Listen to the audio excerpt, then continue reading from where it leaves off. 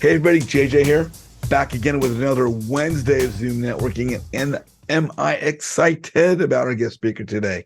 You know, the biggest value that we have in real estate investment, really, we're doing it to make money and provide financial freedom.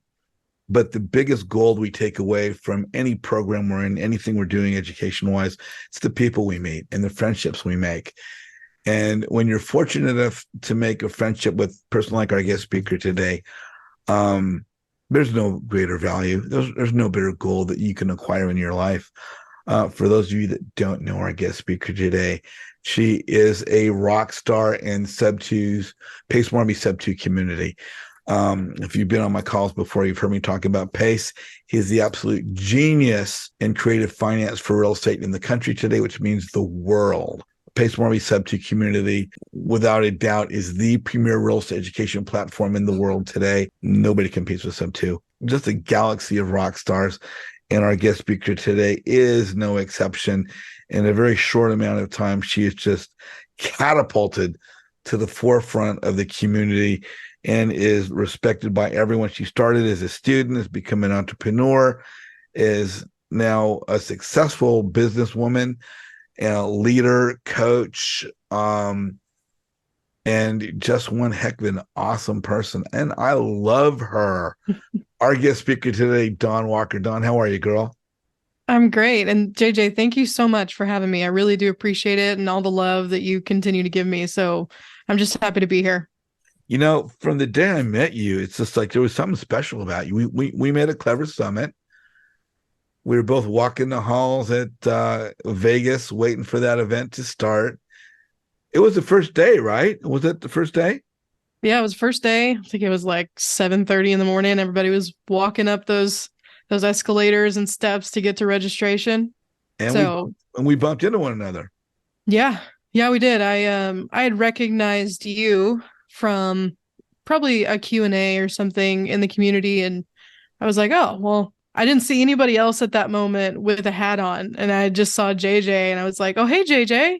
And you just completely changed the trajectory of how I network and how I meet people because I was scared. I had no idea how to do that. And it's funny how that one interaction really did help um catapult me, like you said, in different directions. So I really appreciate you and I really appreciate that you were the first person that I met in person from our community.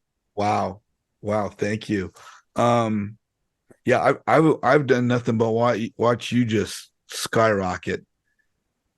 I haven't done it alone. It's there's been so many people that have just helped me. I cannot take credit for that. It's people like you, people like Mike, my business partner Mike Jackson, and so many others that have just leaned into me and frankly pushed me, even when I didn't want it. I was kicking and screaming and trying to reverse and back up, and there were too many people there not allowing that to happen, which I'm grateful for. Yeah, I'd like to follow your path, and I've been very fortunate myself to meet very a lot of successful people, and I'm blessed to call you one of them, and more importantly, blessed to call you a friend because that's what it's all about. It's real estate's about people. We say it all the time, and one of my favorite quotes is "Don't chase the deal, chase a relationship." So if you guys are Yeah. on the call right now, if you're watching on YouTube, um, don't focus on the deal. Focus on surrounding yourself with great people and to be genuine in presenting yourself to build relationships with phenomenal people because there's going to be nothing but a positive benefit to that. Hey, Don, for those that do not know you, where in the country are you located? I am in the Dallas Fort Worth area, so I'm in Texas. Yeah, so Tom, we definitely need to connect coming up soon. There you go. Where I lived in Mesquite for a while, which is Hmm. for those that don't know, which is east of Dallas. Yep. And I lived in Keller, Grapevine, Southlake area, which is due north of Fort Worth. Right. Where in the DFW are you located? So I am in Burleson, Texas. So where Kelly Clarkson is from, of all places. We went to the same high school, but yeah, I'm due south of Fort Worth, so about 10 minutes south of Fort Worth. Awesome. Awesome. Yeah. I've been down to a country western dance place actually. I There's forget a the lot of name them of out it. here. Yeah, there's a couple of them. Huh? You could go. Probably Guitars and Cadillacs is about the only one that I remember that's in Fort Worth right now. That or Cowboys Red River. Oh, I love Cowboys Red River. Yeah, that It's a good was one. that was my place when I was in Dallas. So, let's talk about you a second. We've met through Sub2. We're real estate investors, as is everybody on this call, as are people ideally watching on YouTube. Um, but we all start in a different way. We all want to get to the same place, which is financial independence, security, building a portfolio of cash flowing properties, never having to work a 9 to 5 again, and working twice as hard, twice as many hours, but working for ourselves. Yeah, Yep. I know I'm working at this point in my life, which is later in life for me, harder and more hours per day. I work 7 days a week. I put more hours in than I've ever put in before, but I work for myself. Yeah. And I spend most of that time interacting with people like yourself who are my friends. There's nothing else I'd rather be doing. As the old saying goes, if you enjoy what you're doing, you never work a day in your life. And I love every minute of what I'm doing. Um, Completely agree. yeah, I don't have much free time because whatever free time I spend going to a Lakers game, going to a Rams game, going to a Dodger game, I'm going to real estate investors. And those are now business events for me, which become a Right. tax write-offs to some extent. You can't lose with that. But we all start a different path. Some of us start later in life, like myself. Some of us are fortunate to start younger at a younger point in our lives, like yourself. Thank you. But you know, there's a transition, especially for those that are younger. When we're going from our youth into adulthood, we go from our teens when we're driving at 16, we're voting at 18. We can buy an alcoholic beverage at 21. We're now getting into that adult point. Some of us started off with mom as an agent, dad as a contractor, or around real estate. Some of us not. Some of us might have gone from high school into the military. Maybe we got into nursing, we got into retail sales. Some people went on from high school to secondary education, junior college, college, university. What was your path from your teens into your 20s? Was real estate even on the landscape for you? And No. family invite. Okay, so what were you doing in high school that took you into your 20s? And what were you doing? So I was very much so a tomboy. Love sports, love playing soccer. That was what I wanted to do when I was in college. And I wanted to first be a vet. And then that quickly changed because I started getting a knack for fitness, getting a knack for understanding the body. And I just, frankly, I loved being outside. I loved doing sports. I loved training and I was good at it. Not to really toot my own horn, but at that age, everything comes easy to you, especially, then like that. But I really got curious about fitness and how the body works. And so I got, what was it? I got a offer to play soccer in Austin after school. So it was a D3 college, Concordia University.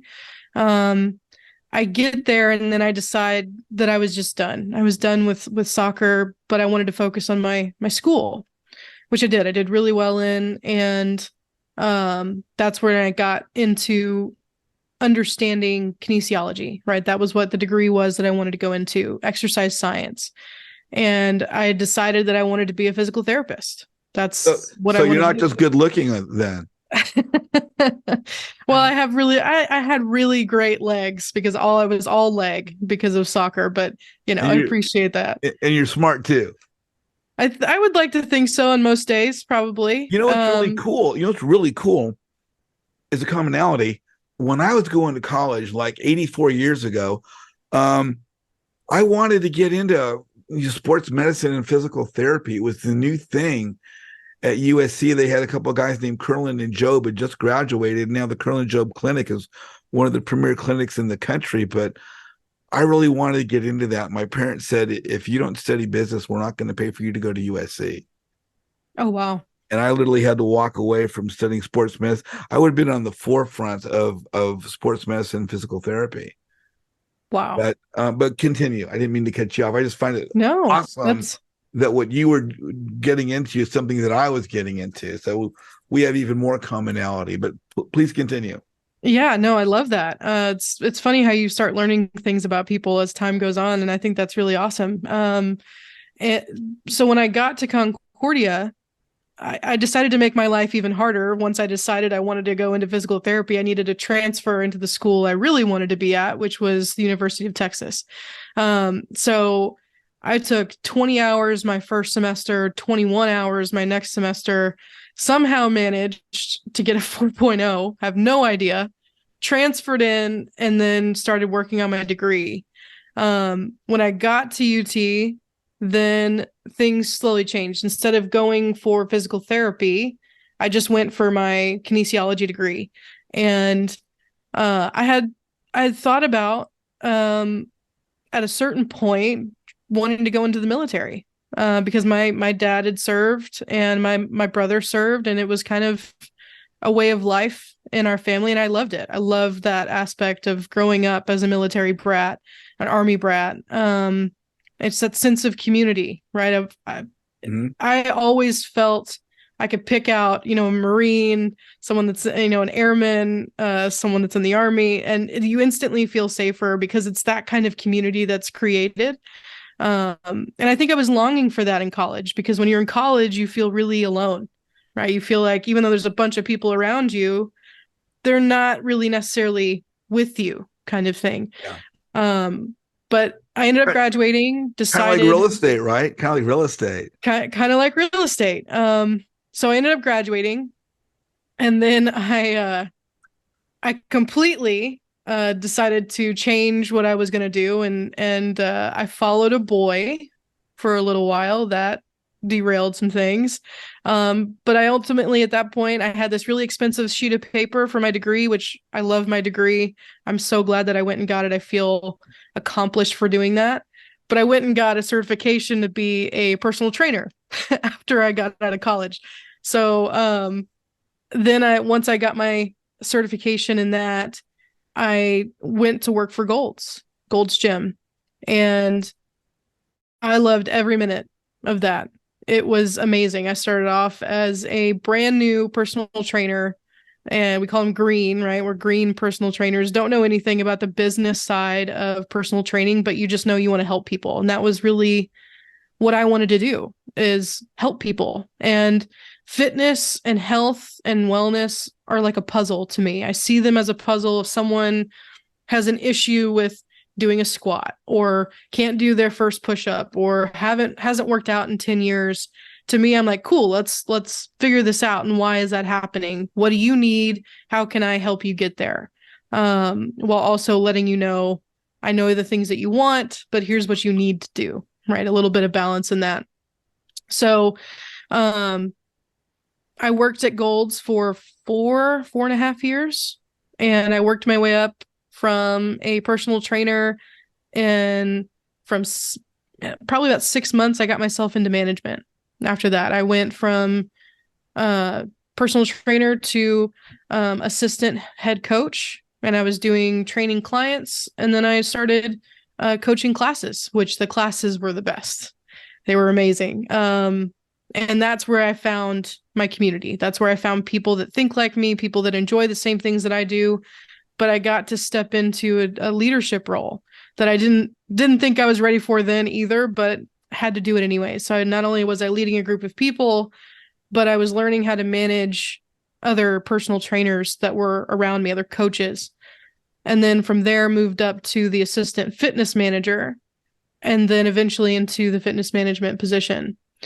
It was during that journey that I started realizing, as much as I love this and I'm very passionate about it, I needed something more, right? Like there was no way I was going to get out of the debt that I was in from school, or get to live the life I wanted to, where I could just take off if I wanted to with my family, if I wanted to go on vacation, if I wanted to go buy something. And it just seemed like every year it was getting harder and harder. Even though I was making great money, I still felt like I was broke all the time. I still felt like I wasn't building the life or the wealth or the longevity that I wanted for myself.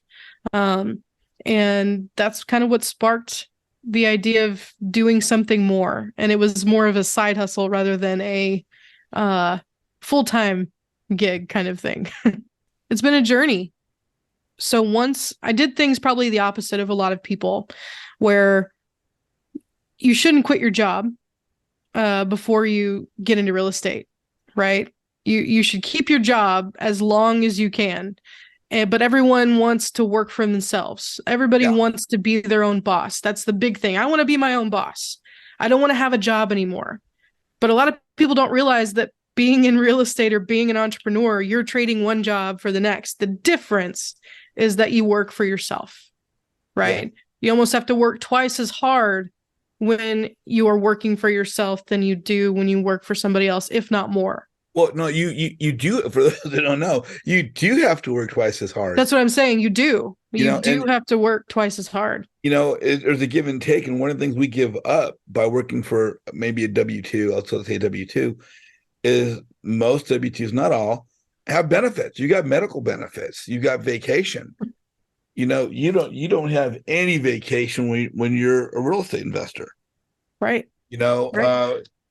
And you don't have any benefits unless you get to the point where you can get your company set up and you got benefits as part of your package and all that kind of stuff. But yeah, the it's basically working harder, Yeah. and working, 7 days a week, Sundays, Saturdays. I'm taking calls all the friggin' time at night, and then heck, I'm up usually 5:30 in the morning.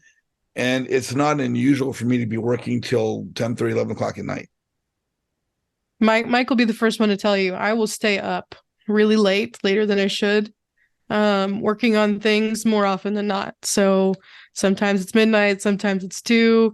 I've even stayed up till 4 a.m. working on something, Yeah. right? Because that's the nature of the game, right? Yeah. Is that, look, things need to get done and no one else has this responsibility, just you. Right. Especially when you're doing this by yourself, everything falls on you. But even when you have a partnership, even though it's split, you still have a responsibility to your partner to make sure that you're upholding that part of the business. Yeah. And if it's a good fit, meaning we're fit for what we're doing, we like what we're doing. Right. It's like, my girlfriend's got to tear away from the computer. So like, how much longer? Are you still working? Are you still working? I'm like, I've got more stuff to do in a day than I can get done in a day. Yeah. So I could easily spend the whole day working, and I've got commercial properties in Los Angeles. I spent the morning, I was up, out the door at 6 o'clock this morning to meet contractors at a job site at 7. And I wasn't done with those guys. I was at 11:15 and I'm leaving. I was like 4 hours on a job site with a contractor and project manager for a house I'm building in Southern California. But I loved every minute of it because it's what we do. Let me ask, we met through Sub2. We met at Covered Summit. You found out about real estate and that's where you wanted to go. Yep. How'd you fall into Sub2? How'd you come across PACE in the Sub2 community? So it's kind of around the same time I decided I wanted to jump into real estate. And there was a point when I had reached a certain status. Like I'd had longevity in golds for about 2.5 years. And I was like, man, I'm making great money and I've done everything right in my life. I have low debt. I have a degree. I have longevity in my job. I can go and apply for a house. So I did. When I did that, I was very shocked. Like I wasn't expecting I was going to get approved for $1 million, but if I can afford 3 times what my rent is for an apartment, I should be able to afford a decent sized, house. When I went to go apply, I got approved, but it was for a very small amount. It's for 100 and I think it was 18 or 128. I can't quite remember at this point. I was seeing red, I think. And I was shocked. I was really shocked by that number because I'm like, what did I do wrong? What was the reason? And even the person that was helping me with the qualification, they go, I don't know. Everything else looks good. But it came down to my debt, which I was like, well, I have no debt. And they go, well, it's your student loans. It's like, well, I thought that wasn't included. They said, well, they don't include it unless you don't have any other debt to consider. I'm like, well, that's not fair. So that kind of sparked this entrepreneur journey for me. I'm like, okay, now I need to find something else to start supplementing my income. And it got me down the rabbit hole of real estate because I kept seeing these freaking bandit signs every time I drive to work. Mm-hmm. And I was so curious of what they meant. And so I just started researching like crazy. I came across Cody. I came across Jamil. I actually saw the one of Jamil as the genie. And I think Pace might have been in that one. And I just remember for some reason resonating more with Pace. And I looked him up, and I had inquired about joining Sub2 just to kind of get an idea about it. And then I heard the price tag. And for me at the time, I was like, nope, can't do that. That's not going to work for me. But over the course of the next year and a half that took place between me leaving my job and joining Sub2, I had written down questions over and over again about things I needed answered that I could go and research on my own. And every time I'd go to a webinar or an event or, something or YouTube and try to get the answer, no one would quite finish that last little piece of the puzzle that was the action step, the step I needed to just take that next step forward to get somewhere to do this on my own. And it was really frustrating. There was one Sunday service Zoom or, Sunday service YouTube video that Pace did at the time. And I swear that he answered every single question and gave me an action step, answering through somebody else that was asking these questions. But I was just going down the list. I was like, there's that answer. There's that answer. I was like, I need to be around this guy. I need to be around this community. And I got to figure out how to do it. Things at my job, eventually I realized there was no more growth, right? I'd reached a certain point being a personal trainer and being a manager at the club level that I wasn't going to get anywhere or make any more money to support myself that made sense for the time and the effort that I was giving. I loved it. It was really hard for me to walk away, but I needed to do that for me. Don't recommend that for anybody else. If you can keep your job, keep it when you want to transition into real estate. Because I left my job, joined Sub2, and it took me a lot longer to get my first deal than it should have. It took me a year. So I was without an income for a year. And luckily I had great people around me. I had a little bit of savings to get me through and pay some of the bills that I had, but it was a struggle. It was a really, really big struggle for me. And it hurt my pride a little bit, but I also grew so much in that time and met so many amazing people like you, JJ, and like Mike Jackson, who's now my business partner, just take me under their wing and push me and shove me, whether I was kicking or screaming or not, and just helped me. And so it really is about relationships. It's not about anything else in this business. You find the right people, you're going to get the right results. You're going to get the results you want. You're going to get to the place you want to be, but you have to be open to it. You have to leave your ego at the door, your pride at the door, and say, I need help. I've been doing things the wrong way. Or I thought I was doing things the right way until someone says, stop being a knucklehead and do it this way, which happens a lot. But for me, that's kind of my journey into coming into real estate. I'm at the very same place. I've been fortunate enough to walk into the landscape with a couple properties under my belt because my dad did that. But my big thing is learning how to make my nest egg grow, and not knowing a lot of things, and getting into Sub2 to, I got into Sub2 to be around the right people. I got into another platform years ago that will go unnamed. That's the way I generally refer to them. They will go unnamed, but to learn how to make my nest egg grow. And I found out that, your network is your net worth. It's not about who you know, but who knows you. It's about surrounding yourself with the right people. And I started this networking group I have today started when I was with this other education platform.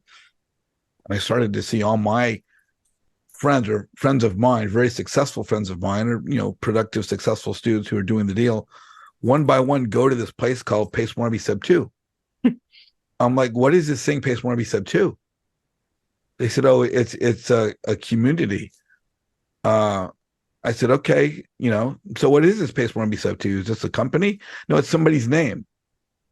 I said, Sub 2 is somebody's name? They said, no, Pace Morby is somebody's name. I said, whose name is Pace? No, Pace is the first name. Morby is the second name. I said, okay, I believe you. But I found out about the community, and I found out that all the successful people I knew were going. And then I looked into it, and I didn't have time for it. This is my story, I guess. I didn't have time to get into Sub 2. My mom had just passed away. Yeah. I didn't have any time for this, but I realized, understanding what the value was, that if I didn't get in now, the price is going to go up. Yeah. So let me get in now. And I jumped in. And then eventually what happened, just to share my part of my story, then I had to split the family trust and split the properties, deal with attorneys and appraisers and accountants. And still didn't have time. But I was still doing what I do, which is networking and building relationships, and which has become the foundation of my business. But yeah, the same thing as you, getting into a great community, great people. And one of the things that I learned, for everybody watching on the call now or watching on YouTube, one of the things I heard 5 years ago from this other community I started with, someone said, oh, talk to this guy, Vin Ochoa, talk to Vin Ochoa, and we'll have him coming as a guest speaker in the next few months. But one of the things he told me, we went to dinner one night, and he says, all these communities are great. The education's great. The curriculum, the coaching, the videos, everything, all of it's great. But the real gold you take away from these programs, because some of these programs are limited time. You're only in for so many months, believe it or not. And they're not all lifetime programs like Sub 2. But the real gold you take away for whatever time you're there are the relationships that you make and build. And if you're not building relationships, you're not taking relationships away with you as you're moving forward, you are wasting your time. And if you do nothing else, build relationships with people that are successful, surround yourself with people that are successful, like this girl, Dawn Walker. And again, it's been a pleasure watching you just grow and grow and grow. Dawn, we all develop a specialty. There's, multifamily, single family, commercial, Airbnb, short-term rentals. But again, it's about, generating leads, those deals. And there's a variety of platforms, a variety of strategies. And the one that you seem to have really jumped into is direct to agent. Yeah. Yeah, so I love it. If people are on the call now, maybe they're on their Zoom call right now, they're new investors. And they're, people may be watching on YouTube. But for those that don't know, what is direct to agent? Yeah, so direct to agent, I mean, it's just one strategy, right? In real estate, you can either be direct to seller or you can be direct to agent. And I chose the direct to agent route, and that could be for on or off market properties. It depends on the relationship or the listing that you're calling, or it could be expired listings, or it could be pre-listings that some agents may have that aren't even known to anybody else yet. But these agents can be a great asset. And I recognize that really quickly because way back when, my mom used to be an agent for a very short time, for I think it was 4 months. This was in the 90s, and it was a different time for agents back then and how they kind of networked with each other. And it was a little bit more cutthroat, I think, back then than it's still pretty cutthroat now, but different ways. But direct to agent, I really enjoy because I am a relationship person. And it was easy for me because I have a lot of friends who are agents, whether that's their full-time or it was on the side. And that was through working at Golds, I just got to know people, right? I got to know what they did, what their spouses did, and just kind of understood a little bit more about them as an individual. And I would see them come in and they'd either be really excited or, really frustrated. And we'd get to talk about it a little bit more. And I was like, oh man, that sounds crazy. This market must be awful. And they go, oh yeah, it is. But then you have someone else walk through the door 5 minutes later, like, man, I love this market. It's just, I was like, I don't understand how that works. And so when I started getting into real estate and understanding more about it, I was like, oh, okay, well, that makes a lot of sense to me. Some agents do really well because maybe they only deal with off-market properties. Some agents do really well because they have a lot of listings and they work for a certain brokerage. But for me, it identified a way that I could build relationships with people that can continuously bring me opportunities, that can continuously build a relationship back and forth so that I can help them, I could help their sellers, and vice versa, right? I may not be the best option every single time, but I can at least offer my suggestions, right? And give them my feedback. I want to jump in on that. Just address the comment you just made and emphasize that for the newer investors is building relationships with people that could bring you value. Yeah. That is so huge. Yeah.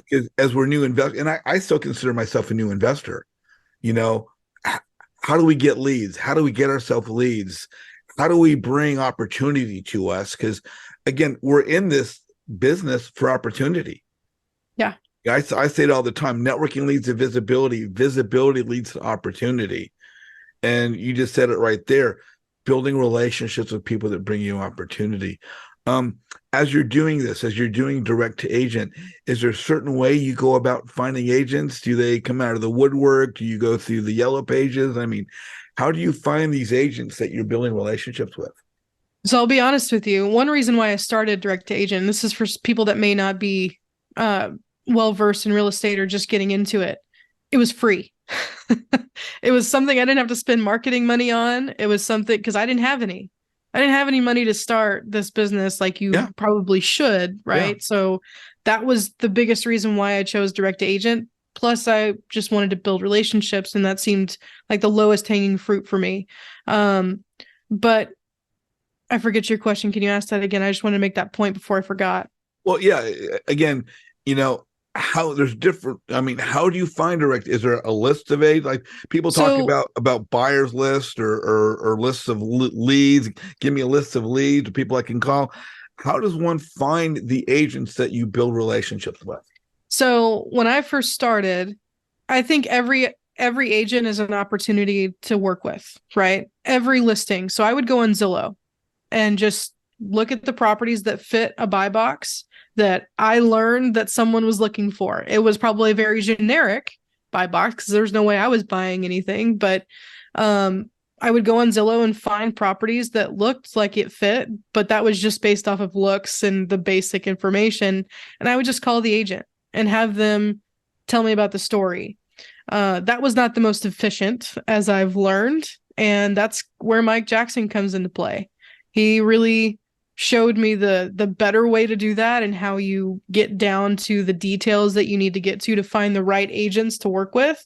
Because even though every agent is an opportunity to build a relationship with and to bring them opportunities and for them to bring you opportunities, not every sale makes sense for an investor, right? And it took a while for me to get that in my mind, right? So we oftentimes think that, oh man, everything that's listed is an opportunity. Well, sure, from our standpoint, it is as an investor, maybe, but you have to have a lot of different types of buyers if you're not the one buying it yourself. But most of the time, a homestead buyer or someone that wants to actually live in the property is probably a better fit for that seller than I would be as an investor. And if it wasn't for my kind of drilling that into my head about, no, you don't need to go on Zillow just looking at anything that's in the bubble. You need to filter and filter and filter down to get to the properties that really make sense for you or for your buyers. And he really helped me understand that a lot. Dawn, I believe we got your partner Mike on the call. Can we bring Mike on with us? Is that okay? Absolutely. Let's do it. Perfect. Let's get Mike on in here. Mike, welcome to the call today. How you doing? I'm great. Yeah, thanks for having me. I don't want to take Don's time here, but I appreciate No, you no, but allowing me up here for a couple minutes. just going to ask you a question. You're also in the DFW area? I'm in Austin, Texas. Okay. So that's still within Texas there. So Dawn's amazing, is she not? I mean, I don't want to be, searching for an answer, but you guys are obviously partners. I guess you've seen that she's someone to recognize and acknowledge. Don's the best. She's an incredible partner. She's actually a much better person, if you can believe it. And I think that the reason Dawn is so successful is because she cares so deeply about the people involved in any real estate transaction, whether it's the agent, the seller. How did you meet? I'm sorry? How did you two cross paths? Dawn and I were part of the Elephant Challenge when it first started. And so we were part of the initial group of quote unquote leaders in the Elephant Challenge. And then since we're both in Texas, it was first kind of separated by locality. And so we had a Texas group and Dawn and I met in there. And that was June of 2022. Yeah, about that. And then what we found is that we kept doing similar Zooms. So I was just coincidentally in the same Zooms because we were in the same group. And we found that we really enjoyed working together. And it's been a really great year and a half working with her. She's fantastic. She is a killer in the kindest way possible. Yeah. I want to throw one question to you both, and we'll get back to Dawn.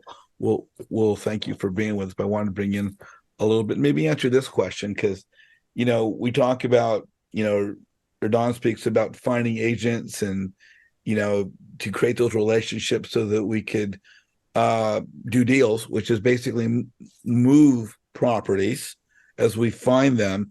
But my question for Dawn, that's why I wanted to get you on here as well, to ask you as well. As one finds properties, maybe we're dealing with agents, we're finding about opportunities. What's the best way to get our buyers list together? I mean, it's a guy, when do you get them? I mean, I know some people specialize in dispo. And if we're acquiring properties, we just say, hey, can you get rid of these for us? But if one's looking to put a buyer's list together, how does that happen? So we have a little bit of difficulty in our business, which I'll answer that question, then I'll kind of circle back around to how you just find buyers in general. But because our business is nationwide, and we have to be nationwide because we have a very large group of baby elephants that we work with. That's what we affectionately call them. And so we have to give them lots of data. And to do that, we have to pull data from everywhere. So whenever we get a property under contract, we really utilize the sub-2 community as much as possible. We are very close with half a dozen really, really good buyers in sub-2, and they buy a lot of our deals. But I'll tell you, if you're able to focus on a specific area, I'm in Austin. I won't do deals in Austin just because it's a very interesting market. But San Antonio, for example, is the next closest big market to me. And what I would do is I would just look up landlords. I would connect with people from real estate investment communities. I would work the free creative finance group. Facebook is a really great resource for finding buyers. However, Facebook presents its own challenges with buyers as well. So Dawn and I are really big. We're really big on vetting buyers to make sure that they're going to perform, but not necessarily perform on the deal that we're selling them. But more importantly, and this is where Dawn really excels, is we want to make sure that those people are going to be really good to the seller that we're buying from, and they're going to continue to make the payments, and their communication is good. And so, that's super, super important for us. And Dawn does a really great job of that. She's our queen of dispo for our company. It's something about relationships in general in real estate are very important. But I think oftentimes as investors, we forget that there's a seller involved. There's someone's actual life involved, and their credit, their history, their emotions, their feelings. And we sometimes as investors get too roped into just a transaction. And I'm guilty of it too. Sometimes we're moving so fast and we have so many things going on that we lose sight of that. But the more that you can create a solid buyer's list of people that You respect that you understand as buyers, as individuals, and you can start piecing together, okay, I think this buyer will actually fit really well with this seller. Because in a subject to transaction, in a creative financing transaction, it's not just okay, as soon as it closes, it's done. No, that is a lifelong relationship, at least through the life of the loan or however long that investor has it. Because you're dealing with people's livelihood at that point. You're dealing with their credit, their debt, all of those things. And I think we need to be more on top of that as investors and understand that just because you sell a creative deal, that's amazing, but don't forget about the seller, right? You're the one that they trusted to sell the house to, and then you went and sold it to somebody else. Do they know that? Lead with integrity, lead with value, introduce people. Huge. Right? Huge. That's the biggest thing about working with direct to agent is communication. Whether it's direct to agent or direct to seller, it's always communication, being transparent. If you know something, answer it. If you don't know something, tell them that. Yeah. Awesome. Right? If you don't know how to answer that question, say, hey, I don't know, I'm going to go find out. That's great. That's great. Hey, Mike, thank you so much for jumping on with us for a minute. Don speaks very highly of you. Hope I would love to connect with you later on. As I said earlier, I'm always looking to meet phenomenal people like yourself. So thank you for joining us today. Stay on the call, obviously, and listen to what's going on with us and be a part of it. And I want to thank you for having come on today. Thanks for having me, JJ. Yeah, Dawn is she's going down the talking points I gave her about me. So I appreciate it. Thank you. Great. Again, thank you for joining us. So glad to meet you and look forward to getting to know you better. Thank you so much. JJ. Sean, you're on with Don Walker. What's your question? Hi, Don. Good to see you again. Hi, Sean. I just want to say thanks to you and Mike for all you're doing and the Dumbo dial and all that stuff. But since both of you are kind of on, it's like I've been, for the last little while, I've been kind of like trying to find like a partner or somebody to be accountability partner or something like that. Can you talk a little bit, or might be able to fill in a little bit too, of like what kind of stuff you're looking for, what makes you two like compatible, that kind of stuff like that? Great question. Yeah. So I use Mike for his knowledge, and that's kind of what happens with me. I got him to laugh. That's good. But no, in all honesty, Mike has 20 years of real estate experience. And so I was shocked when we first joined the Elephant Challenge as leaders that he just kind of dragged me along with him to help me get there. And he genuinely didn't want anything from me except to see me succeed. And so naturally I attached myself to him. Like, I got to give back to him. And so it was very much so a reciprocation of like, hey, I really like this person and what they do and what their integrity is and their experience, and vice versa. It was just a really good happenstance that we got into the right group. But the ways that we kind of hold each other accountable is I'm 100% transparent with him, or if and honest with him. If there's something that I don't know that I need him to handle, I say, hey, I need you to make this phone call. Hey, I need you to do this for me. Hey, what do you need from me? Right? Because there are days that I feel like he holds a lot of the load and he's doing a lot of the work. And sometimes I'm, on the disposition side, sometimes I feel like I don't have a whole lot going on, or I'm in limbo. It's more about, okay, if he's working on something, I need to figure out what else I can do to help him, or I just go do something else anyways that's going to support our business. It's all about a mindset and being clear on the direction that both of us have for our business. Because it's not just Mike's business, it's not just my business, it's our business together. And that's what makes it work really well. Doesn't matter who has more experience or not, it's about how we interact, how our core values align, and what our intentionality is every single day to get to our goal. And if there's anything, like if you're looking for that accountability, right? Sometimes you have to start with you first. If something isn't working with someone else, you have to look at yourself first. And are you doing everything that you said you would do? And are you doing everything you said you would do for yourself? in that business, in that accountability. Because more often than not, if you are trying to partner with somebody, even if it's on one deal, it's more likely the communication that's the issue. And you think you're communicating effectively, but you're not, because you're not meeting that person where they are. So it starts with you. If there's a problem, look inward before you look outward. That's a hard thing to kind of swallow sometimes. And there are days that I do that constantly, and I'm like, golly, I should have done that better. Or I need to improve here. And it's not easy, but if you start doing that with every interaction that you have, you're going to find how much further you get in communication with someone, or how much action you take on something. You know what? I want to jump in on that. You are so right, Don. You know, I know that as I'm growing, I'm bringing on a couple of people to assist me. I've got a financial investment that I'm working out with another student. And I think sometimes I see now, just by what you're saying, where I'm expecting to hear from people, I'm expecting to get feedback and see, you know, how come this isn't working right, or how can we make this work better? I think part of that can be me, and me being more expressive, and me being more communicative, and myself opening up a better path of communication just by me reaching out first, instead of expecting them to reach out to me. Yep. And I think you're just so key in, you know, what do we expect from the other person? Maybe that's exactly what we need to give to them from ourselves. Yeah. So I think that's great. Sean, did that answer your question? That answered it more than answered it. Thank you. Well, Hey, Sean, always good to see your brother. Drive safe, my friend. I'd like to bring in Chris Drum. Chris Drummond, you're on with Don Walker. What's your question?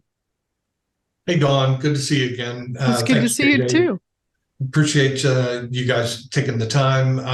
I guess I'll see you probably in another couple of weeks at Meetup. Yep. So I've got a couple of questions. You mentioned earlier, and well, first of all, very wise, look inward first. That's something that I'm guilty of not doing. So thank you. You're welcome. I think that's a knee-jerk reaction that a lot of us always have. Maybe we're conditioned from when we were kids or whatever, but I think that's very, very true. And thanks for pointing that out. A couple of questions. You mentioned earlier on about direct to agent and how to filter. You know, you don't have to get into it specifically, I guess, but in general, what's that look like for direct to agent versus a retail process? And I know that there are certain specific filters, and you know, and I'm not expecting you to share a screen or anything, but you know, Sure. Is there kind of a nuance there in, you know, buy box versus, you know, retail? What's that look Yeah. like? Yeah, so it's a really good question. So direct to agent, just like anything else, has its own like other subcategories, right? Some people look at low equity, right? Some people look at hybrid opportunities. Some look at seller financing, right? There's so many different things that you can look for properties based on what you are wanting to buy or what your buyers want to buy, right? So like Sunday, she may not be turned off to deals that have more equity in them, right? Versus Mike and I, we only look for low equity on market opportunities, because that way we have less out of pocket to pay, right? Versus retail, you know, that's more of, you have to go and qualify. I don't want to go qualify. If I can go buy creatively, I'm going to go and buy as many as I want to, or at least get them under contract to sell to other people that want to buy property. But when it comes down to filtering, I didn't know this at the beginning. I thought Zillow was the greatest invention for real estate that there was. I was like, there's a directory for me to go find properties? Well, dang. So I was on Zillow and just playing around with, well, what's the basic stuff? That's a 3-bedroom, 2-bathroom, 1,200 square feet or 1,000 square feet. And then in this general area, right? I picked popular areas, but there really wasn't too many more filters. I mean, you could do days on market. You could do, you know, I forget what's in there. Maybe it's residential, land, single family, all of those things, right? But I didn't know there was other softwares that you could also have to kind of pull even more data from. So I didn't have batch leads, I didn't have PropStream, I didn't have any of that. I was going free 99, as free as possible. That's what I was doing. So of course, almost every single call I made from those Zillow opportunities was a huge range and variety of things. It was free pre-foreclosures. It was people that had so much equity the deal didn't make sense. But again, I was new. I didn't understand any of that. I was just trying to make phone calls and get some experience. I was sucked at it. But once I started learning the business a little bit more and understanding what direct to agent really could be and how you can really niche down based on what type of property you look for, then it became more apparent, like, oh, this is what Pace talks about with exit strategies. This is what Pace talks about when he talks about equity. That makes a lot more sense to me, right? This is why this deal may be more complicated. This is why this agent blew me off, because I mentioned taking over payments, but they have no debt. It's full seller finance, right? If they wanted to go that route, or they have all of their equity, right? They don't have any debt on the property. So if you're just using Redfin or Zillow or Realtor.com, those types of places, you're limited on the filters you can use. So it's going to make your job a little bit harder in direct to agent, but there are still opportunities there. Lots of opportunities. You just have to make the phone call. If you want to niche down a little bit more, you are going to need something like, PropStream or the MLS or Batch, and try to get a little bit more filters that they can pull from public data. Does that make sense? Yeah, it does. And that actually leads to my follow-up question, which is based on what you're saying, is essentially you need to know your seller if you're going to, I'm sorry, your buyer, if you're going to do that, and you're going to base that off of how you're going to categorize and target your realtors or your real estate agents. You don't need to. You just need to know how to identify what type of property this is for, right? So if you talk to an agent and they're like, hey, it's knowing those strategies, right? It would be extremely helpful if you already had buyers that you knew, right? It's kind of like what a lot of people talk about. When's the best time to raise private money? Yesterday, right? When you didn't need it. Same thing when you are talking about if you're wanting to wholesale properties or find people to buy properties from you that you don't want to own, you need to go find them yesterday, right? You need to understand them a little bit more based on the area that you're looking in, because it will make it that much easier for you to go and sell them quickly rather than waiting until the last day of the inspection period or the last day that you have the contract and then have to cancel, right? And then you lose money. So make your life a little bit easier and really continue networking the way you are, but be intentional about, okay, here's my strategy of what I'm doing. And if that's wholesale, then I know I need buyers. I don't necessarily need private money right now, although I should be doing that. I should be building my buyers list. I should be talking to as many people as I can that I know are looking to buy properties in the areas that I'm marketing to. Because let me tell you, there's a lot of buyers out there that aren't really buyers or that aren't trustworthy enough, especially to sell a creative deal to. Right? I'm very picky about who I sell creative deals to, and it probably drives Mike a little bit crazy. But I do believe it's going to save you a lot of heartache and the seller a lot of heartache in the long run if you know, and trust your buyers.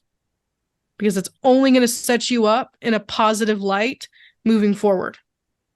It's only going to make out your reputation and ultimately all of our reputation in the community that much better. Because if one of us does one thing wrong, guess what? We are roped into that one action that one person did. Especially when you work with an agent. They have one bad experience with an investor. Guess what? It ruins it for all of us. And we have to work 2, 3, 4, 10 times harder to rebuild that trust back with an agent. See it every day. Mike has many calls every day like that. And, if we can be that one person that gives them a little bit more of that trust, or, give them that little bit of respect and understanding of where they're coming from, we're going to be able to help a lot more people just by giving that to the agent. Thanks so much. Appreciate it, Don. Look You're forward to welcome. seeing you soon. Of course, man. Great questions. Edna Biscara, you are on with Don Walker. What's your question? Hi, Don. Hi, Edna. Thanks, JJ. Hey, okay, so with this buyer list, like, how do you keep track of them? Okay, Because if so you keep networking and then you want to make sure that they're valid, how do you keep track? So here's what I did before I had a CRM and all of that stuff. I literally had a spreadsheet and I had my cell phone. And I would just write them down, or my notebook. I'd take my notebook everywhere or put it in my notes in my phone. Like if I went to a meetup, I'd put their phone number and their contact information into my cell phone, but I'd also write down who I met at what event to make sure I was like, okay, Edna is a buyer. Okay, cool. What does she buy? Like anything I can remember about that conversation, I put in there until I met JJ, about what I could remember about that conversation, because I would forget. I would meet and talk to so many people. I'm like, oh my God, what do we talk about? But I would put them in a spreadsheet, but in my phone, I also, if I know they're in sub 2, I'll put their first name with the peace sign, right? Or the sub 2 symbol, put their last name, then put in the business. Even if they gave me what their business name was, I would change it to sub 2 with the peace sign, and then put, are they a buyer, right? Or are they a wholesaler? Or are they an agent? And then what location they were. So that way, if I went to go search, you can even create in your phone different lists of, sub 2, and it automatically, you search sub 2 in your phone, in your contacts, it pulls everybody up that has that in there. But a really easy way to keep track of them is putting them into an Excel spreadsheet. Now, here's how I kept following up with people. I put them into an Excel spreadsheet, and then I'd put the date that I met them. And then I'd set up a follow-up in my calendar on my phone. So that way in 2 days or in a week, or after I had a phone call with them, I'd put a follow-up time. So it basically an event in my calendar, and it would remind me to touch base with them. So you can do that in your Google Calendar. You can do that in your iPhone. If you have an Android, switch to an iPhone. But either way, try to put it in your Google Calendar so it gives you a reminder to set to people. And it seems like a lot of work, but trust me, everyone gets busy. You forget. I'm like, oh yeah, I'm going to reach out to them. And a week, 3 weeks, 2 months go by, and you're like, man, I haven't reached back out to Edna. I know she's looking for something. I wonder if that's still the case. Well, you may have already just bought 2 properties and you're just tapped out for now, right? So and then I missed my shot because I didn't keep up with you. So set reminders in your phone, whether it's a task or it's an event, and you just put that person's name as the event for you to call them. Because I know there are some people that have like different buyers lists in different states. Yep. So how do you keep track of that? Like, and they have different lists for each state. Yep. So that was when it was free, right? Now I have a CRM that helps me with those things, and I can put tags on them. And so I have different lists for that. I also have a CRM to where when we are marketing out a property, or we're letting people know, hey, just wanted to reach out, let us know if you need anything, I can send it out to specific types of lists. So if JJ's in California, I'm going to put that he's in SoCal. And so I'm going to put that as a tag, and he's going to get California and SoCal. Whereas you're in Oahu, so I'm going to put Hawaii, and I know that you're looking for a certain property. So I'll put that JJ, he is only probably looking for cash, but you're looking for any type of deal. So I'll put cash and creative. So you can get really, really nitty gritty about it and how much you want to really put as a tag for them if you have a CRM. But the simplest thing is just have a list.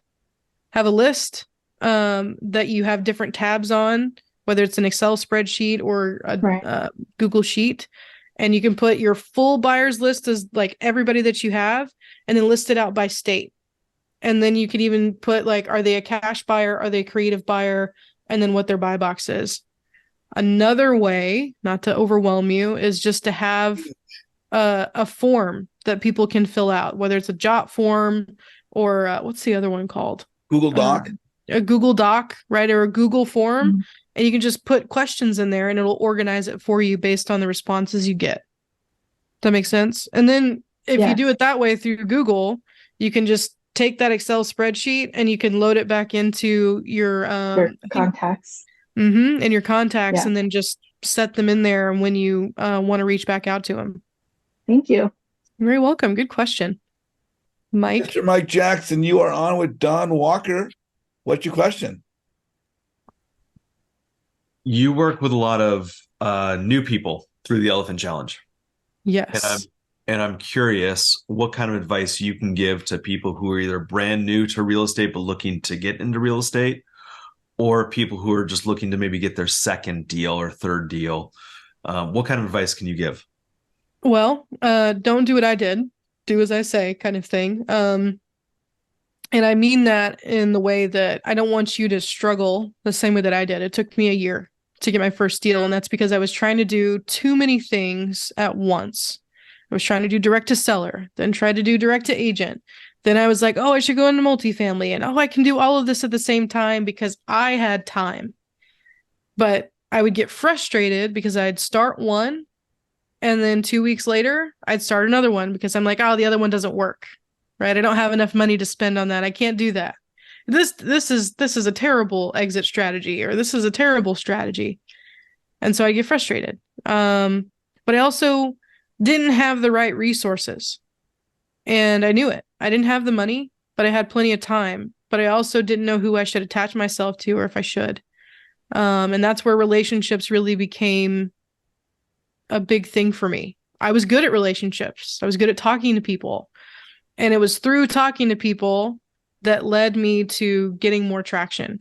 I ended up getting more things under contract the more people I talked to in real estate. But I lost those deals, and I'm glad I did. But what I'm trying to get at is that if you are struggling, it's because you don't know enough people and you're trying to do too many things at once. So figure out one strategy that you want to focus on, whether that's direct to seller or direct to agent, and stick with it for a minimum of 90 days. Minimum. You can't decide if something works unless you make it a habit. And it doesn't take just 21 days to build a habit. It takes much, much longer to do that. And you have to give it time to grow. You have to give yourself time to grow. Did I answer your question, Mike? Thank you. You're welcome. You know, we hear about it all the time. Pick something, stay with it for 90 days, give it time to develop. You know, you also said another key thing: pick a strategy, pick one strategy and stay with it, and don't be all over the place. And that is so huge for the new investors. I actually have a couple of people working with me now, and, you know, getting them going as I'm getting going. We're trying to get going together. But again, we're picking one strategy, we're picking one market, and we're going to focus on that and just, you know, go with that. So again, girl, you are so impressive. Dropping gold nuggets. And the thing is, this is really you. You're not trying to be something. You're just being you. You're sharing your experience. You're sharing your knowledge, and you're genuine. And this is one of the reasons I really, really freaking love you, because you're just an awesome friend. And as Mike said, you're an awesome person. We have the Michael Rabin on from, I want to say New Jersey. Michael, you're on with Don Walker. What's your question? Hey Don, thank you for doing this. I just had a quick Welcome. question. I know you mentioned you had a CRM you were using. Do you mind sharing what CRM you are using? Oh yeah, it's through the man, Rick Sheldon. He I has just spoke to him today. Yeah. Oh yeah. It's for Open Dispo, and it is killer. It's amazing. So it's not cheap, but he has some options. So I recommend anybody that's, you know, knows Rick or can get to know him, reach out to him if you're struggling to find something that you need for your business. He is a true integrator and is a wealth of knowledge when it comes to that. It's definitely not my strong suit. Mike definitely geeks out a lot more than I do. As as long as it works and it does what I need it to, I'm great. And Rick has really made a great product that has helped us a ton in our business. So that's what we use. Are you guys utilizing the chatbots that he has?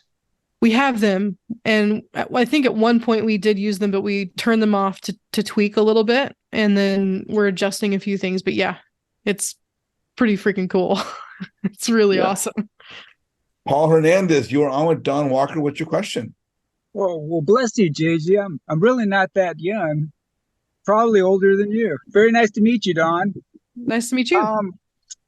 Yeah, I just decided I need to focus on, one thing at a time.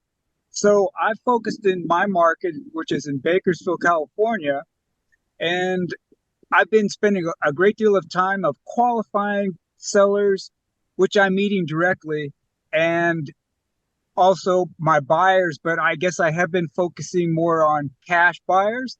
And when you brought up really getting to know your buyers, but for the creative deals, I had not thought about that. And I was just wondering, what criteria are you using to qualify those buyers? For creative deals? Yes. So it's a lot of the same things, right? As long as it fits within their buy box, obviously, so we can have that conversation. But it's more of, I want to know a little bit more about them. What do they buy? How often do they buy? How many properties they currently have? What do they use them for? What's the longest property that they've held? And what's probably the question I like to ask a lot when I'm at meetups is, tell me your worst experience buying a creative deal. And if they give me a long story, then they typically have been through several transactions, usually. And that will give me an idea of what type of a buyer they are, right? How much I can trust them. Someone that gives me kind of a blanketed statement, I'll probably be a little bit more standoffish, not turned off, just like, okay, I need to have a little bit more in-depth conversation with that person, get to know them a little bit more. So I kind of use a lot of, people say psychology or sociology a little bit, just to see how do they answer questions, how open are they, are they like, hey, I only want these things and that's all I want you to send me, or hey, I have great relationships with my sellers, right? I want to know those things. And if someone tells me, or most of their deals, they don't care what happens with the seller, like, oh, it's no big deal, it's probably not my first choice of a buyer. Right? It's probably someone I'd rather not do a creative deal with, because I want to make sure the seller's taken care of.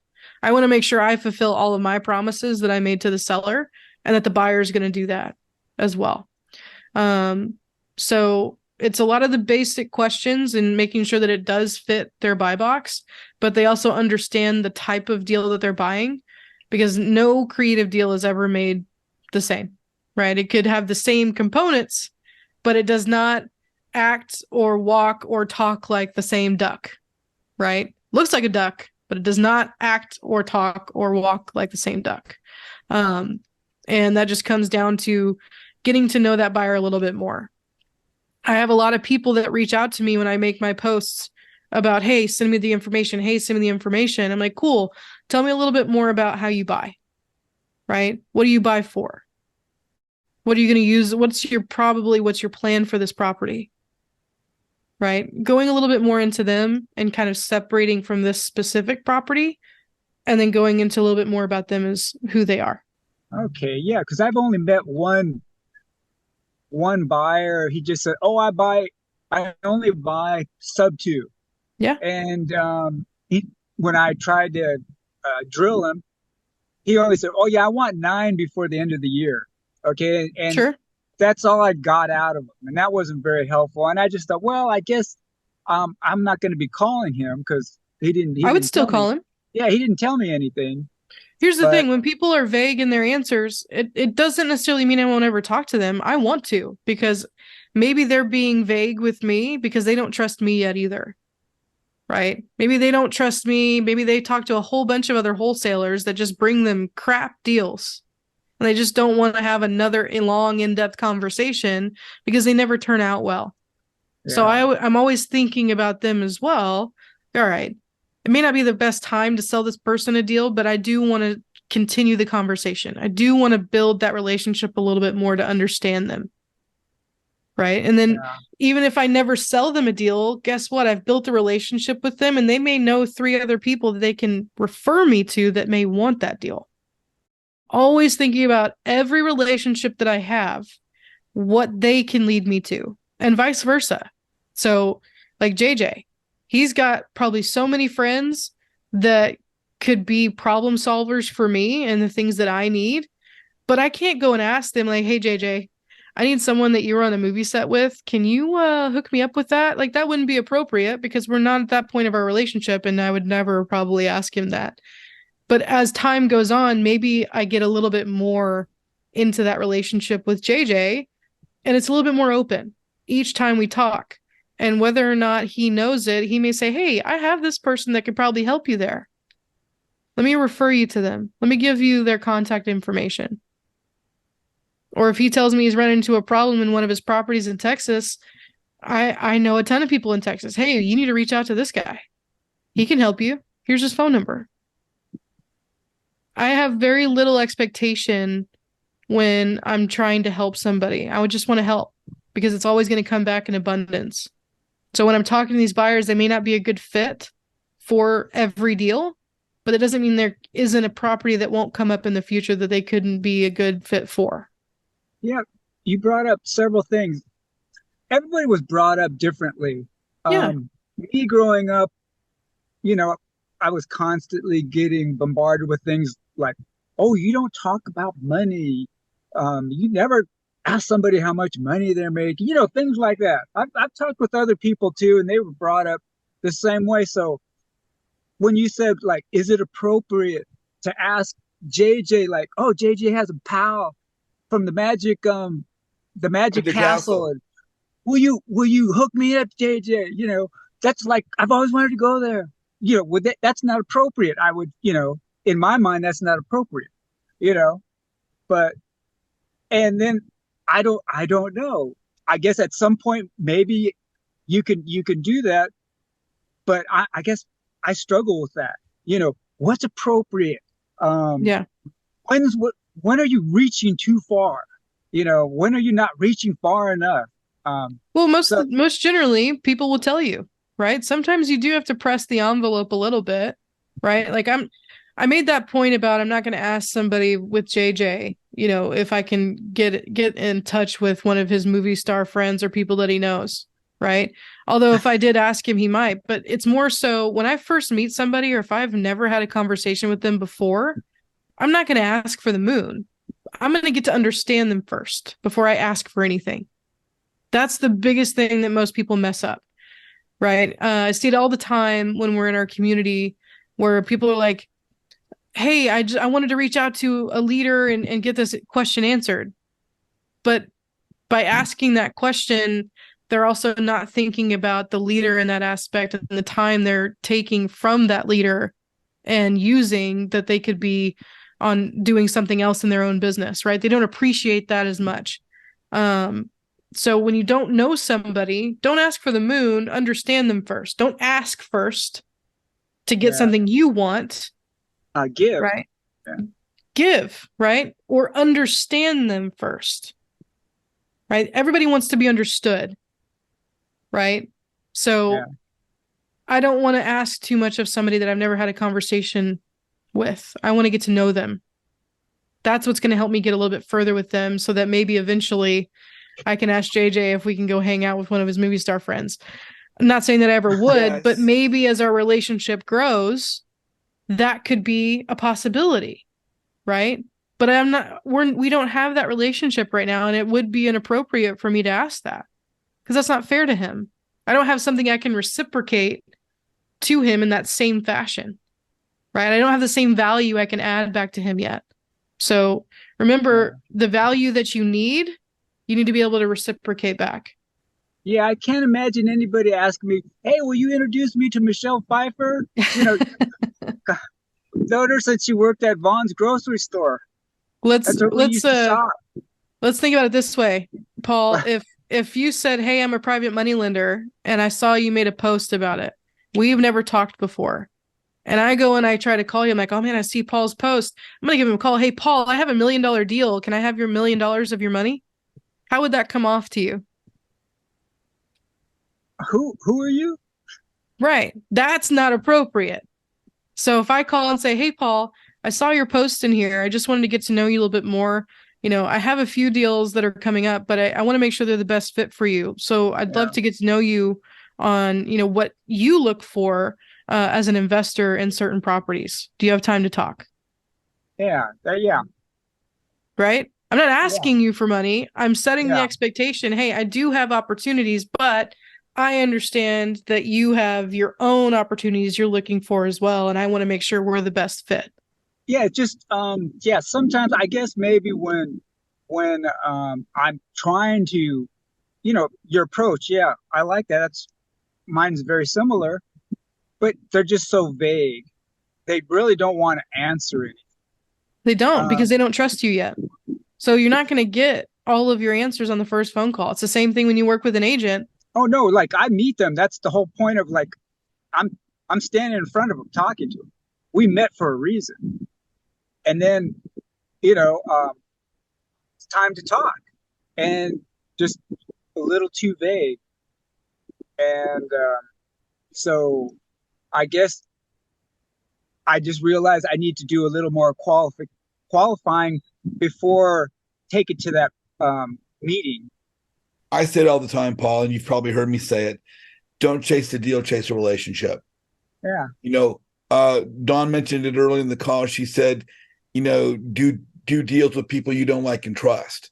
And I like to say people we know and like.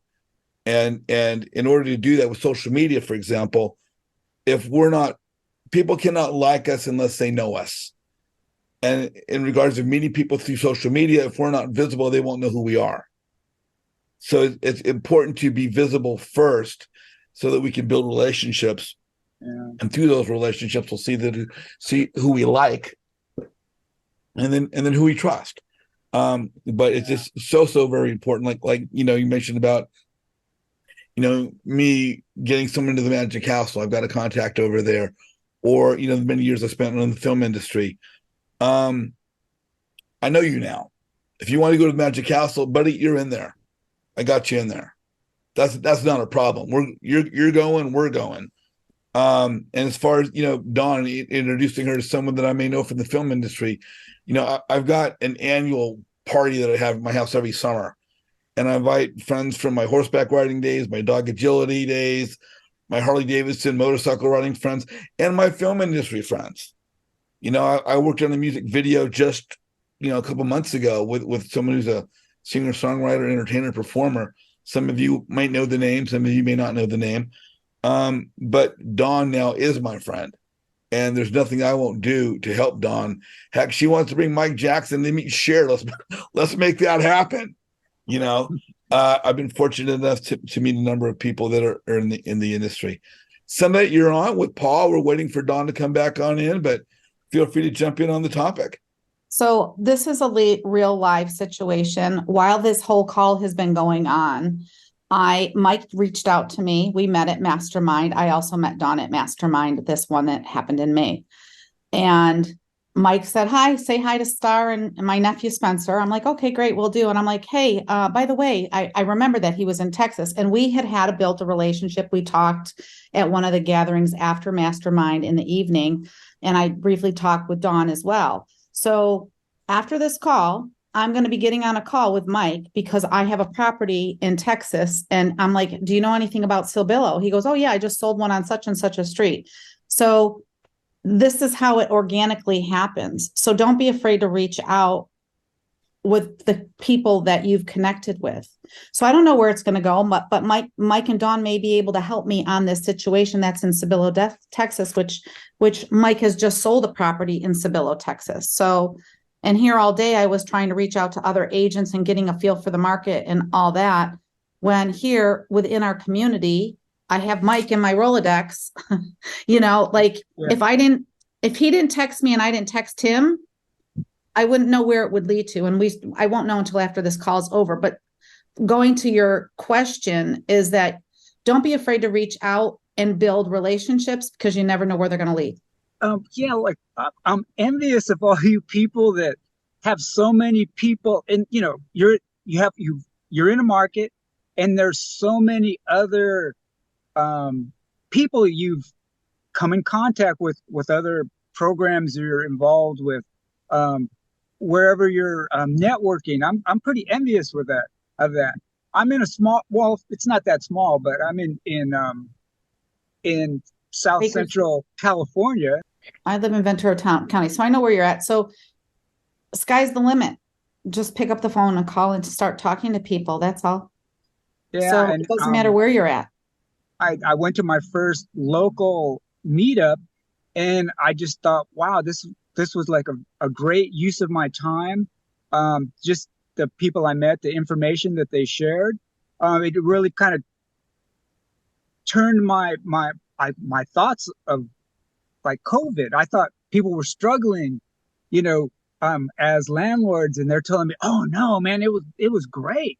Everybody was really quick to make their payments because they didn't want to lose their apartment because they would not have had anywhere to go." And I didn't know that, and I just thought, wow. And then just like in Tehachapi, things going on there, other things that I had not really thought about, because basically I'm just trying to, like what the Tranter brothers mentioned, they got busy. They were doing something, letting everybody see what they're doing and let that speak for them. And people would kind of start gravitating, hey, these young guys are actually doing something. Maybe I should contact them. That's what I'm trying to do. If I have something really good to post that everybody's going to be interested in. No. Let me cut you off right there. You don't need to have something really good and interesting to post for people to follow you. Just post, brother. You're having a cup of coffee in the morning. Post that. You're going to the movies with your girlfriend. Post that. Your kids are learning how to ride a bike. Post that. Hey, did you like my... Don't let it only be about real estate. Yeah. There's people going to be interested in you for you. So that means post family, occupation, recreation, and dreams. Post the things that your family and friends know you and love you for, that you're interested. You're into stamp collecting. You're into sports. You're going to see a live music event. Post that. But you have to lead with who you are so people can find your commonality. As far as going to a real estate mixer and being afraid to speak up because you're not doing a deal yet, the people that are experienced are looking to help other people. If they're the kind of people you want to do business with, they're a go-giver. There are successful people out there that aren't go-givers. They don't want to speak on my call because they don't want to give back to other people. But there are people that are out there that want to give back to the community, and they don't care that you're super experienced. They want to talk to you because you're willing to talk to them. So you ask them about their family, about, do they have a cat? Do they have a dog? Do they have kids? Are you into traveling? Are you into fishing? Ask about them, get to know them, and they'll be glad to help you because you're showing interest in them. Can I just elaborate what you need to do? Sunday. Go ahead. This is everyone that's in this call. Guess what? I'm going to connect with all of you guys. That's how you start. Just baby steps. And on that same note, just like real estate in general, follow up and networking is follow up. Yep. When I go to a meetup, I'll take a picture with every single person there and I'll text it to them and I'll have their name and number in my phone. And when I'm meeting them, I'll say, do you want to network with me? Do you want to join my group? And they'll say, yeah. And then later I'll follow up with them. Hey, you want to get in my group? You want to network together? I'll tell you right now, 90% of them say no. They don't say no. They just don't follow up. They won't register for the group. They won't follow up. They won't stay in touch. Well, that's okay, because networking is like driving for dollars. It's like cold calling. It's like door knocking. As you, Paul, are building your business, you need to throw a net out over as many people as you can, and all the little fish are going to swim out of that net, and that's okay because they're little fish. But the ones that get back to you are going to be the big fish that you want to connect with. Doesn't matter how much experience you have. But if you just be real and be genuine, you expect them to get to know the person. Don't chase the deal, chase a relationship. As you You're- show that you're real and you're genuine, you're outgoing, you want to connect with people, and they're going to remember you. It doesn't matter about your real estate deals you need to post. Post Yeah. about what you're doing. I'm going Yeah, to I made a good start today. I posted some Halloween photographs. Did you catch those? I put them everywhere. Put them on your site. I've been on a job site all day with Yeah. contractors, so I haven't been in Facebook today. Take a look. Yeah, it's Yeah, on your yeah. site too. Well, we I got put it Don on back there, on the all of them. call. We got Don back on the call. She dropped her Okay. signal for a second. But Don, as you left off, and Paul came on, was asking questions about connecting, and Sunday jumped in as well. And we were just talking for a moment there about how to connect, how to be visible, and how to make that impact.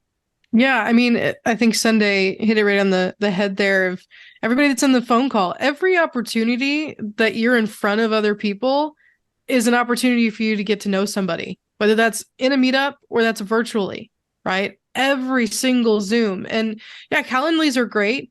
I've also had some people that say Calendly is better for the person that needs the Calendly, right, than the person booking it, because it seems impersonal sometimes, right?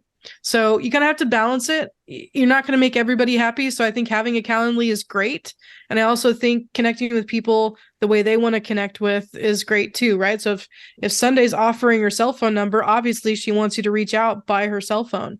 If someone puts up their email, reach out by their email. Don't email them asking them for their phone number, right? You can eventually, but that's how they want to start off a communication. The biggest thing that helped me when I got into real estate was relationships. And if I didn't have anything but time, that's all I was doing in every single side chat in a Zoom that I could, right? I didn't know much about what was happening in a Zoom because I didn't know anything. I didn't know the information, but I was there soaking it all in and having fun with people, identifying who people are. And when I got to meetups, I was like, this is intimidating. And I don't know how to handle any of this, but someone came up to me and then it was off to the races, right? Someone just kind of opened that can of worms. I'm like, that wasn't that bad. I can just go talk to people. It's not that intimidating. We make it too big in our mind that we feel like we need to know everything about real estate to be able to have another conversation with people. That's not true. In fact, most people want to hear about things that you're doing and struggling with more than what you're having success with. Because guess what? We're problem solvers. And most successful investors, as they're at meetups and mixers, and they're meeting newer investors, they're not looking for you to bring expertise because they're already successful. They're looking to hear your story, your journey, who you are, what you're about, what you've been through, what's going on with you. And with that, if there's any commonality in there, now you've got something to build rapport. Yeah, absolutely. So, Paul, I was going to ask, although Dawn stepped out and she's back for a minute, did we answer your question? Oh yeah. Yes, you did. In spades. Thank you very much, everyone. You're welcome. Yeah, because it's not very often you get an opportunity to just throw something like that out there, and everyone can share their little experiences, because you all have them, I'm sure. I know everybody struggles with something, My question is to you, Paul. Why do you think that is? Why do you feel like you can't share that? I would be sharing that in every opportunity I can. I know it's uncomfortable, and maybe not everybody wants to hear it, but the more you practice putting that out there, the easier it's going to be for you to say to somebody else. And what Dawn's saying, right, that's the key. It's like Michael Jordan practicing free throws. You just need to ask. And don't worry about the answer the first time around. You just need to get better at asking. You just need to get better at putting yourself out there. And again, it's getting better at asking, better at putting yourself out there. It's not like the first call you make when you're cold calling. You got to call again and again and again. What happens? You get better at cold calling. And that's the key. Same thing at networking. Dawn said, she met me the first time I was the first one she met. Now, that was good to some extent for her because I helped her with things. But, with that, you just got to do it again and again and again. You know, It's and kind repetition. of like, and just like Sunday was saying, she's got her list of everybody that's been on the call. And if you guys don't get off the call today, guys, I'm going to give you a number of Angel Whitney that was on the call. She got off the call, but she left her number, and I want to share it with you guys. But guys, you should be getting the number of every single person on this call, and don't call them. Text them first. Say, hi, my name is. I was on the call with Don and JJ. I'm going to be calling you. I just want you to know that this is my name to go with my number. So when I call, you'll know this is me. So as I always say, guys, introduce yourself before you reach out. If you send a friend request, send a message, introduce yourself. So this person is getting your friend request knows who you are.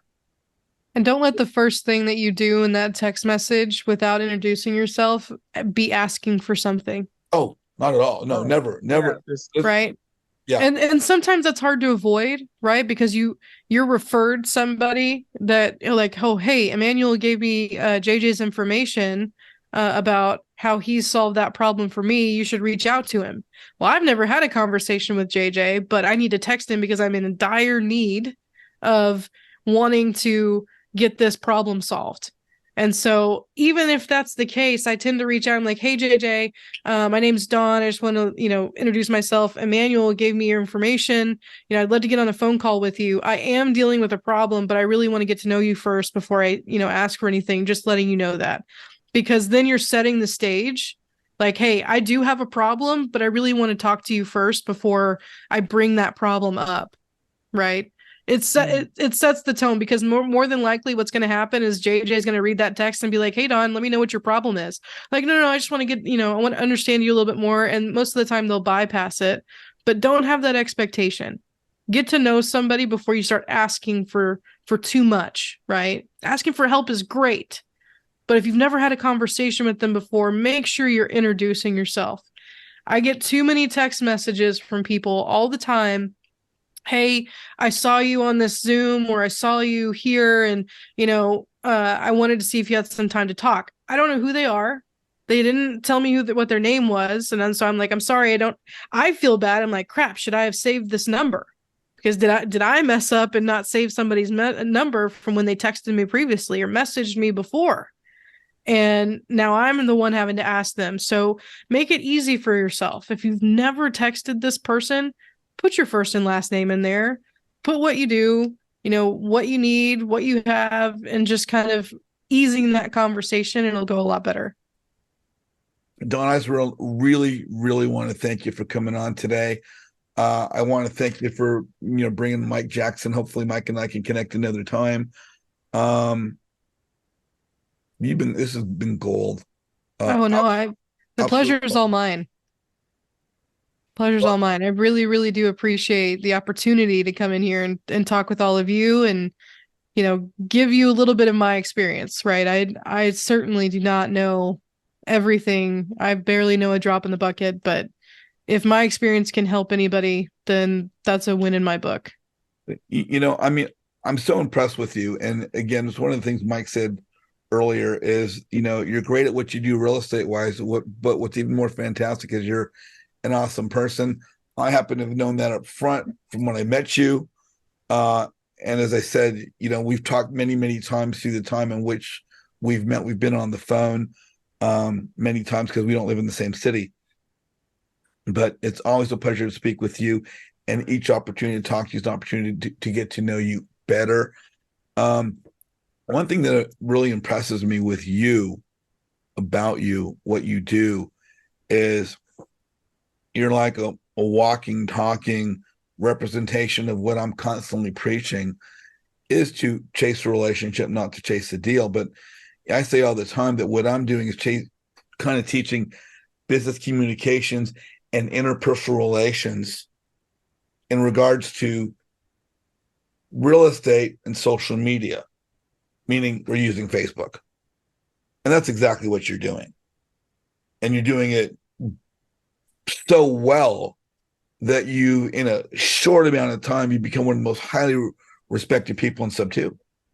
Yeah, it's still scary to me how quickly things have progressed. I've not been ready for that. And I've had a lot of help.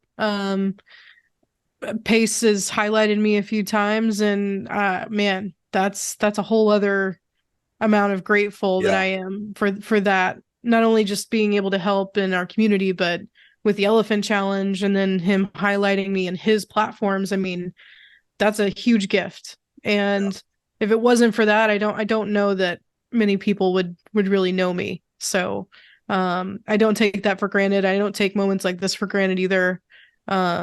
Because I truly believe what you put out is what you're going to get back. And I want my story to help somebody else. And, maybe it leads me to somebody else that I can help. Yeah, exactly. Somebody asked earlier about, talking to an individual and, how do we get help? But as you alluded to early in the conversation, early in the call today, that if you really build a relationship, that person will turn and introduce you to the rest of their network, as I frequently talk about the rest of my network, versus if one just chases the deal instead of the relationship, and then you ask that person for help, the individual's going to be like, yes, I can help, or no, I can't. Versus if there's a relationship, they're going to turn to their resources and their network and see how they can help you because they know, like, and trust you. Exactly. And you just become an excellent role model for every student in Sub 2, every new student in Sub 2, and every student that's been here for a while that's looking to just get to the next level. And you're an excellent representation of our community and everything that Pace wants us to aspire to be and become. And that's why you're so highly respected, and that's why I love you as a friend, because you've just blossomed and grown in every regard that any parent would want their child to, or any family member that want their other family member to grow and become. And as you become my friend, I'm just so proud of you. It means a lot. Thank you, everything JJ. you've done. No, you're awesome. So I have two last questions before we go. One, if people want to connect with you, whether they're watching on YouTube now months after the recording or people are on the call now, what's the best way to reach you? Is it your MySpace page, your Snapchat, TikTok? Ooh. I mean, if we're going to go to MySpace, might as well go to AIM, right? And, use our chats from AOL and all that now. My Instagram is probably the best one. So that's just at DWalkerTX12. That is my Instagram handle. And then, of course, they could just message you on Instagram. And of course, if you're on the call now or if you're watching on YouTube, please follow Dawn. Please add her followers and add to her network and add to those that support her. Are you coaching now? Are you mentoring? I know you're doing the Elephant Challenge. You guys running that group still, or? Yeah, so we were doing the Elephant Challenge since day one, and that was July of 2022. Well, a couple weeks ago, Pace decided to end the Elephant Challenge. So we had, probably about 600 elephants in our group, just passing by through, going through and through. But we're still doing our Zooms. We're still, we don't want to orphan any of these baby elephants that are new investors that are trying to still learn this industry. And we're still doing JVs, right? So if you guys need help on your deals, your own deals that you want to work with us on, you can submit them to us. Our website for that is just thedumbodial.com. That's it. And if you want a list to work off of, Mike and I have provided that list that anybody can go and download and use. The only thing that we ask is that you come back to us with any of those leads that actually get somewhere or that you need help on. Submit them into our system and we'll reach out and try to work with you on them to get to your first deal or your next one. Fantastic. Hey, I got one last question. Shoot. I have a networking group. I'm not doing curriculum. I'm not doing funding or dispo or acquisition. I just talk every week about networking and building relationships. Every single real estate education platform out there's probably 30, if not 50, if not 100. Every community has a Facebook page for their membership. Mm-hmm. Every community is bringing in new people every week. Some of them are brand new investors with little to no experience. Some of them are experienced brokers and agents or experienced investors with a multitude of experience in real estate transactions. they are now coming to social media and these social media platforms, which have a Facebook group, as new investors, whether experienced or brand new, to the social media platform, being Facebook as well as Instagram. For these new investors, experienced and inexperienced, coming to social media, what is the importance, other than just going on the curriculum and focusing on the deal? What is the importance of networking to the success of one's business, as well as, separate question, what's the importance of joining a networking group like mine to the success of any investor, whether they be new or old, coming to social media? Yeah, so there's lots of events, like in-person events that you can go to, but honestly, do we all have the time always to make all of those events consistently?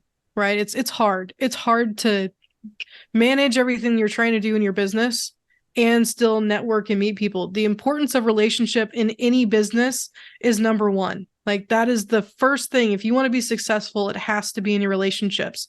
And I don't care what business that you're in. You could be in an ice trucking business. You could be in food. You could be in the gym industry. It's all about the relationships and the bonds that you build. So that's number one. And if you can find a way to make as many relationships as possible, that goes towards the strength of your business or how weak it is. Now, when it comes to going in person or being able to expand your reach, you have to go into social media. People need to know who you are, but you also need to get into networks like JJ's that have created these spaces, right? I can't go out and just make 4,000 relationships like that and not just do that. I mean, it's going to take too much time for me to start cultivating that. But if I can connect with someone like JJ that has a community like this, heck yeah, I'm going to utilize it. Because that's 4,000 people that I have that think like me, that need the same things that I do, or are interested in the same things I do. And he's built a great platform for that to happen. So yeah, I'm going to utilize those things. And I think it's important for a lot of people that, whether you're brand new, have never done anything in real estate, and you could be a teenager all the way up until your golden years, it doesn't matter. It's where you can plant yourself to build the most relationships, right? How many seeds can you plant in this field? Either it's a small amount, and if it's too small, you're only going to have that many. So why not look at, maybe instead of a pot, you're looking for a farm. Where's your farm at? I'm going to find the easiest way to do that is going to be through social media with someone like JJ. Girl, thank you so much. I thoroughly enjoyed the call. I know a lot of people did. People were taking notes. Sunday had a whole sheet of notes there. Just phenomenal value. I want to say, if you guys are watching on YouTube right now, please like Don's video. Please, in the comment section, please put some comments down. If you guys are on the call right now, please go back and, if you can't get to like Don's video, take it to not posted. Please like some of the prior videos. Please put comments in the prior videos. Please help support our channel by supporting our speakers and supporting their videos. Again, you can follow up with Dawn by going to her Instagram page of DWalkerTX12 at Instagram, looking for Dawn and Mike on the DemboDial.com as far as their website. If you want to connect with me, go to my website, jjazizan.com, click the register now button. Please join my networking group. And look for more videos coming up on Flip Side Up with JJ. We've got more great speakers coming up, like Don Walker from Sub-T community and other communities. And, if you need some help building your network, building your brand, learning how to use social media to build your business, reach out to me. I'm here to help you and introduce you to more phenomenal people like Don Walker. So, Don, we'll look for those folks coming up to see us in the future. And you and I were always available to help people, and we'll see them whenever they show up. Absolutely. Thank you again, JJ, for having me. Love you so much, brother. Love you too. Hey, everybody else, thanks for joining us. If you're on the call right now, don't go away. We're going to bring you some more gold nuggets in just a minute. Thanks, everybody. See you soon.